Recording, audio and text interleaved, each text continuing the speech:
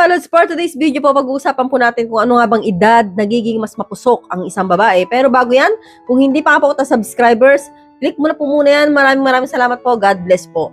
So ano na nga bang edad mas nagkaka-interes o mas nagkakahilig ang isang babae pagdating po sa Gerger? Ang babae, Lord, pag nag-edad po ng 20s, diyan po yan mas nagiging mapusok, no? Yan po yung edad na mapaghanap na kami, no?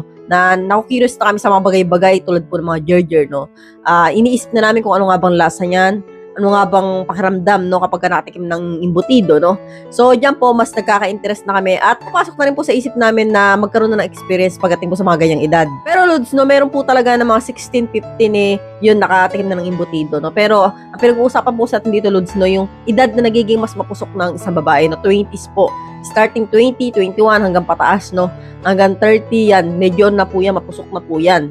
So, yan po yung mga edad na ang gusto lang nila puro bembangan lang. So, opo, no, yan po talaga yung nagkakahilig ang isang babae. Yung talagang, no, yung mga ganyang edad, gusto ihilang ang pahinga, no? So, ang babae, Lods, pansinin ninyo, pagka ganyang edad kayo nagkaasawa, no, talagang mapaghanap po yan. Gusto niyan gabi-gabi, merong bakbakan, no? Ang po kasi, Lods, yung talagang babae, parang talagang, yun, excited, tapos magana pa. At saka, mabilis kaming mamasahan yung mga ganyang edad, no? So, tulad mga 40 plus, medyo tuyo na. So, ibig sabihin, Lods, no, madyan po kami mas fresh. So, kaya ang babae, Lods, sa ganyang edad talaga, maganda talaga yung time na yan na, yun, kung maghahanap ka ng gusto mo yung talagang laging game, ganyang edad po talaga yung piliin ninyo. Kasi bulod yung mga ganyang edad, dyan po kami talaga mas na-curious sa mga bagay-bagay na gusto kong gawin to, gusto kong malaman yung pakiramdam na yan. So, ang gagawin namin, susubukan namin, maghahanap kami ng kapartner.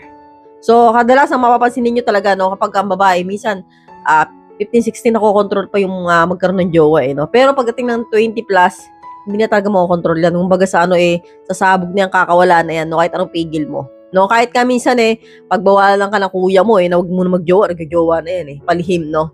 Kasi nga, syempre, yung mga ganyang edad, mas mapusok na kami. So, kaya po, Lods, kung magjowa ka, mas maganda 20 plus talaga yung piliin mo para po maging masaya yung gabi-gabi mo. Joke lang.